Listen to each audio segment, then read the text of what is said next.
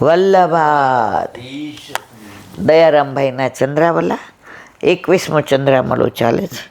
દ્રષ્ટાંત લૌકિક દ્રષ્ટાંત આપ્યું છે કે નોટ જ્યારે દોરડા પર ચાલે છે ત્યારે શરીરને સમતોલ રાખવા બંને હાથમાં વાંસ આડો રાખ્યો છે. તે દોર ઉપર નાચે છે, ઠેકડા મારે છે, પરંતુ તેની નજર અને ચિત્ત કેવળ દોરડા ઉપર સ્થિર હોય છે. જો ચૂકે તો નીચે પડી જવાય. તેમજ પનિહારી પાણી ભરવા ઘેરથી નીકળે ત્યારે 5-7 મળી પરસ્પર વાર્તાલાપ કરતી જાય. ભરેલું બેડું માથે નોતારું હોય તો પણ બેડાને જાળવી રાખે. ચિત્ત શેમાં હોય? બેડામાં. ભરેલું મારું માથે નોંધારું હોય તો બેડાને જાળવી રાખે. મતલબ તેણે પોતાનું ચિત્ત તો ફક્ત બેડામાં જ રાખ્યું છે.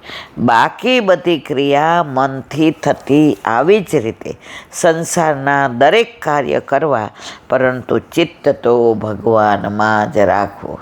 આપણે ઊંધું કરીએ છીએ, સેવા કરીએ છીએ પણ ચિત્ત તો સંસારમાં જ રાખીએ છીએ. ઘણા મને એમ કે યાદ નથી રહેતો, પણ સાંભળીએ ત્યારે ચિત્ત તો ક્યાં હોય? આજે વહુએ સવારે કેટલો બગાડ કર્યો, દાળ નાખી દેવી પડશે.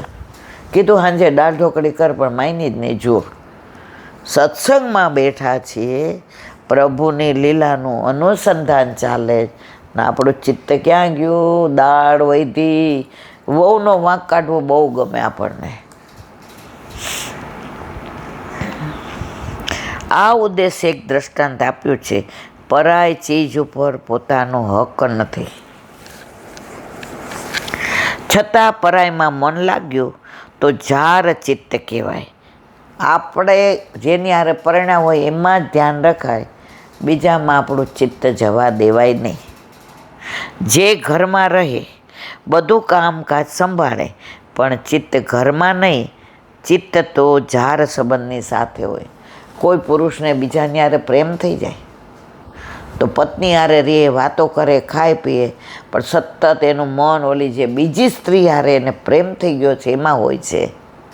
તો આપણું ચિત્ત પણ આપણા પ્રભુમાં, ઘરમાં બોલીએ, ઉઠીએ, ખાઈએ, બેસીએ, પણ ચિત્ત શેમાં હોય? ઠાકોરજીમાં. જૈસી પ્રીત जार में ऐसी हरि में હોય, ચલ્યો જાત વૈકુંઠ में પલા ન પકડે કોઈ. આ દોરાનો પણ એ જ ભાવાર્થ નીકળે છે કે જેવી ઝારમાં પ્રીતિ રાખી તેવી તે ભગવાનમાં રાખી હોત તો વૈકુંઠ મળી જાત. આજે તમે બીજાને, હું પરણીને આવીને તમે બીજાને પ્રેમ કરો, હું તમને માફ કરી દઉં, પણ ઠાકોરજી કરે નહીં. આવા લૌકિક દ્રષ્ટાંત આપી સમજાવ્યું છે કે લૌકિક પ્રીત ખોટી છે, આવી ભગવાનમાં લાગે તો કામ થઈ જાય. હવે ભક્તોની પ્રીત તે અલૌકિક જ હોય તે બદલ દ્રષ્ટાંત આપે છે. કુંભનદાસ, રસખાન અને ગજ્જનધાવન ભક્તોમાં પ્રભુમાં સર્વાત્મા ભાવ રાખે છે. પૂર્ણ ભાવ હોવાથી તે કદી ખંડિત થતો નથી. ભગવાન પણ પૂર્ણ છે, તેથી તે ભક્તને તેવા ભાવથી જ ચાહે. ભક્ત અને ભગવાન પરસ્પર વિયોગમાં દુઃખી જ રહે. જો એક વૈષ્ણવ મને કહેતા હતા, એ કે આપણે સૂતક આવ્યું કે બહારગામ જવાનું થાય, બહારગામ જવાની અનુકૂળતા ન હોય તો આપણે ઠાકોરજી આપણે બીજાને ત્યાં પધરાવીએ તો આપણને એવો વિયોગ નથી થતો, પણ આપણે ઠાકોરજીને આપણો બહુ વિયોગ થાય. એ દિવસ ગણે કે મારી માં 4 દી માટે જાય છે, આજે માંડ એક દિવસ પૂરો થયો, ઘરમાં કોઈ દેખાતું નથી, ઘર ફરી ગયું, હું કોકના ઘરે આવ્યો છું, મને ભાવતું હોય એ મંગાય નહીં, મારાથી દૂર હોય છે એટલે મારો હાથ નથી પહોંચતો, એને ડાયાબિટીસ છે એટલે દૂધ કેવું મોડું કરે, જરાક ખાંડ નાખે છે, મને નથી. મારી મા મારું કેવું ધ્યાન રાખે છે. તો આપણા ઠાકોરજી આપણે કોઈના ઘરે પધરાવીએ છીએ ને મારવાલા, એને આપણો વિરહ બહુ થાય છે, પણ તકલીફ એ છે કે એ વિરહ આપણને નથી થતો. આપણે તો આવીને પાછા કપડાં ધોઈએ, ઇસ્ત્રીમાં દઈ આવીએ, ઘર સાફ સૂફ કરી લઈએ, પછી બધું લઈ આવ્યા હોય બધાને દઈ આવીએ. ઠાકોરજી રોજ રાહ જોયો, મારી માં હોય મને. અને આપણે ખાલી ખીચડી ને શાક ધરાવીએ ને, અને ઓલાને ત્યાં 36 પકવાન હોય ને, પણ જેવા ખીચડી શાક આપણને જુએ ને એને ખીચડી શાકમાંય આનંદ આવે. ઓ મારા વાલા, બને ત્યાં સુધી ઠાકોરજી પધરાવવા નહીં, અને પધરાવવા તો એક જ ઘર રાખવું જ્યાં હેવાયા હોય. દર વખતે જુદા જુદાના ઘરે ન પધરાવાય. તમારા છોકરાને અજાણ્યાના ઘરે મોકલો ને, રોઈ રોઈને શ્વાસ ચડી જાય, પણ તમને એમ કે માં મને લઈ જા. તો એક ઘર એવું રાખવાનું કે કાંઈ તકલીફ થાય તો એ આપણા ઘરે આવે, અને આપણે કાંઈ તકલીફ હોય તો આપણા ઠાકોરજીના ઘરે જાય.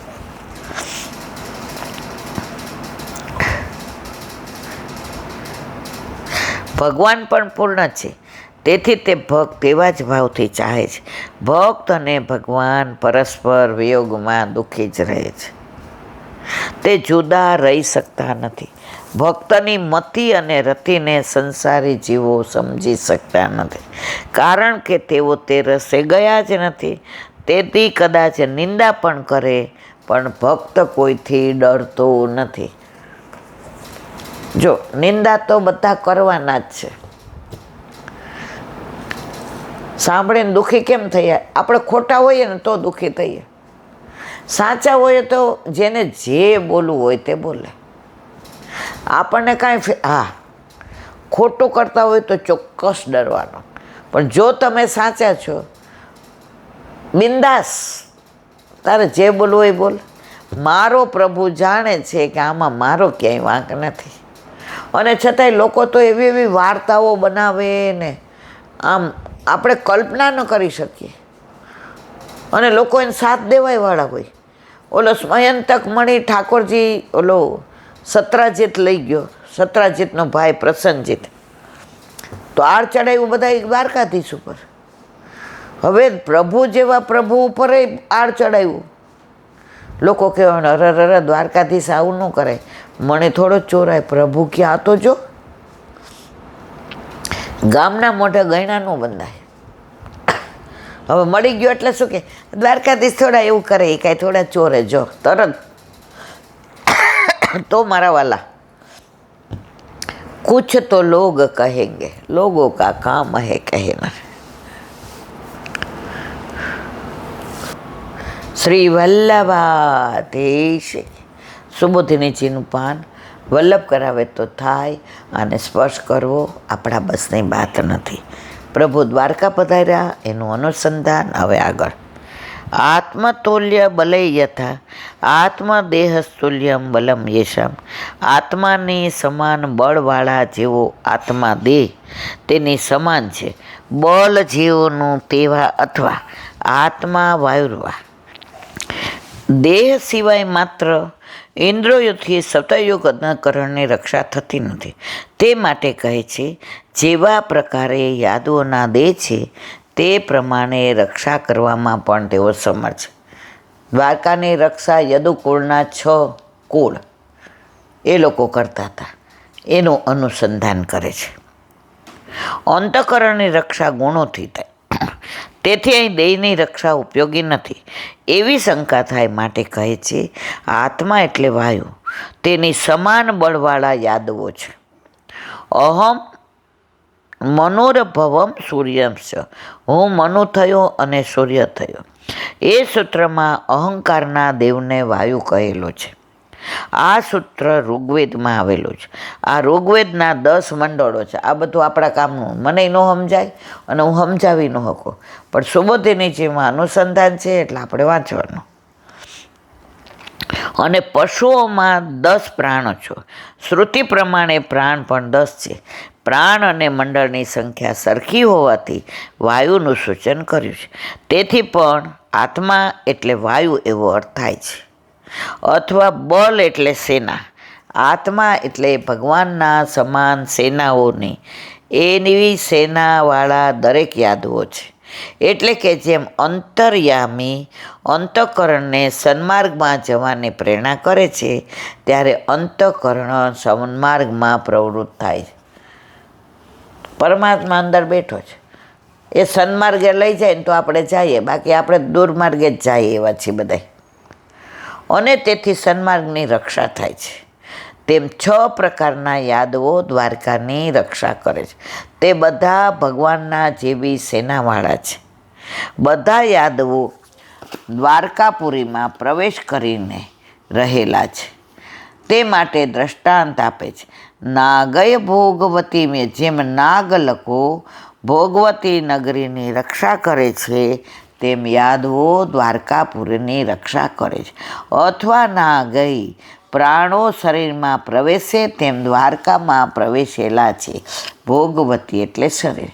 એટલે પ્રાણાયામો કરીને સારી રીતે રક્ષા કરાયેલા યોગીના શરીરમાં જેમ પ્રવેશ કરે છે, તેમ યાદોથી રક્ષાયેલી દ્વારકાપુરીમાં ભગવાન પધાર્યા.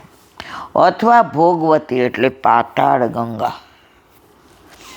પાતાળમાં વહેતી ગંગા, જો પાતાળમાં ભોગવતી કહેવાય, પછી અલકનંદા કહેવાય, પછી ગંગા કહેવાય, કેટલાય નામ છે. એવી નાગો રક્ષા કરે છે. તેઓ રક્ષા ન કરે તો ગંગાજી ભગવાનની ચરણ કમળનું જળ હોવાથી દેવો એને લઈ જાય માટે રક્ષા કરે છે. ગંગાજી શું છે? ઠાકોરજીના ચરણ કમળનું જળ છે. જો એને રિક્ષા નાગો ન કરે તો અસુરો લઈ જાય. એ ગંગાજી ક્યાંથી પ્રગટ થયા? આપણા ઘરે, આપણા માથે બિરાજતા આપણા ઠાકોરજીના ચરણારવિંદથી. એ કોઈ જુદા નથી. આ ભાગવતમાં જે વાતો કરું છું કૃષ્ણની, એ આપણા ઘરે, આપણા માથે બિરાજતા આપણા ઠાકોરજીની છે. કોઈ ઉપર ભગવાન નથી. વલ્લભે પધરાવી દીધો એ જ કાનુડો છે. એટલે જ વલ્લભે 16 ગ્રંથમાં સાબિત કરી દીધું, સર્વદા સર્વભાવે ન ભજન વ્રજાધિપા. આમ યાદવો દ્વારા સારી રીતે રક્ષાયેલી દ્વારકામાં ભગવાને પ્રવેશ કર્યો. અને 10મા શ્લોકના પ્રાવિશતપુરી પદનો સંદર્ભ છે. હવે દ્વારકાપુરીની બાહ્ય શોભાનું વર્ણન કરે છે. સર્વ તું સર્વ વિભવ પુણ્ય વૃક્ષલતાશ્રયે ઉદ્યાનો પવનારામે વૃતામ પદ્માકર શ્રિયમ ગોપુર દ્વાર માર્ગેશુ કૃતકોટિકો તારણમ ચિત્રધ્વજ પતાકા ગઈ અંત પ્રતિ હતાતપામ સમાજિત મહામાર્ગ રથ્યાપણ કચત્વરામ સિક્તામ ગંધજલૈરુક્તામ ફલપુષ્પાક્ષત અંકુરૈ દ્વારી દ્વારી ગૃહાણામ ચ દધ્યક્ષત ફલેક્ષુભિઃ અલંકૃતા પૂર્ણકુંભે બલિ વિબુધિ દીપકે. અર્થ: સર્વ ઋતુઓમાં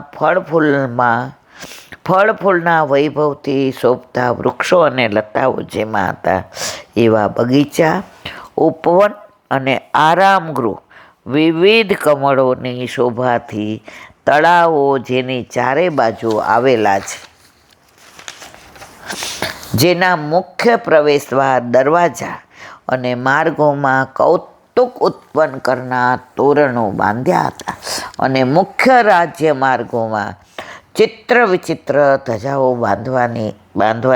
બાંધવામાં આવી હતી, જેથી અંદર તડકો ન પડતો હતો. આ બધી બહારની શોભાનું વર્ણન કરવામાં આવે છે. જેના રાજમાર્ગો, શેરીઓ, બજારો અને ઘરના આંગણા વાડી જોડીને સાફ કરવામાં આવ્યા હતા. સુગંધી જળનો છંટકાવ કરવામાં આવ્યો હતો અને જેમાં ફળ ફૂલ, અંકુરો અને અક્ષતો છાંટવામાં આવ્યા હતા. અને જેના ઘરોના બારણા દહીં, અક્ષત, ફળ, શેરડીના સાંઠા, જળ ભરેલા મંગળ કુંભો, ઉપહારો અને ધૂપ દીપથી શણગારવામાં આવ્યા હતા. એવી દ્વારકાપુરીમાં ભગવાને પ્રવેશ કર્યો. બોલો વલ્લભાધીશ. શ્રીમદ ભાગવત ગુરુદેવને દંડવત પ્રણામ કરું છું। चंद्र सरोवर पे सूरदास जी के द्वार पे मेरा दंडवत प्रणाम। सुरभि सुरभि कुंड पे परमानंद दास जी के द्वार पे मेरा दंडवत प्रणाम। जमुनावता पे संकर्षण कुंड पे कुंभन दास जी के द्वार पे मेरा दंडवत प्रणाम। बिरछू कुंड पे कृष्णदास जी के द्वार पे मेरा दंडवत प्रणाम। कदम खंडी पे गोविंद स्वामी के द्वार पे मेरा दंडवत प्रणाम। अप्सरा कुंड पे चित्त स्वामी के द्वार पे मेरा दंडवत प्रणाम। मानसी गंगा पे नंददास जी के द्वार पे मेरा दंडवत प्रणाम। रुद्र कुंड पे चत्रबुद्ध दास जी के द्वार पे मेरा दंडवत प्रणाम। ब्रज विलास સબરાજની ગોપિકાઓને મારા દંડવત પ્રણામ। હે વલ્લભ, સવારથી અત્યાર સુધી સેવા સ્મરણ સત્સંગ જે પણ તે કરાવ્યું તે તારા ચરણારવિંદમાં સમર્પણ કરું છું। ભૂલ અપરાધ થઈ હોય તો ક્ષમા કરજો। બોલો વલ્લભાધીશ કી દ્રઢયના ચરણ केरो भरोसो दृढ़ चरण केरो श्री वल्लभनक चंद्र छटा बिन सब जुग माया अंधेरो भरोसो दृढ़ चरण केरो साधन और नहीं कली में जासो निवेरो सूर का कहे द्रिवित आंधरो बिना मोल को चेरो भरोसो दृढ़ चरण दृढ़ चरण दृढ़ चरण केरो।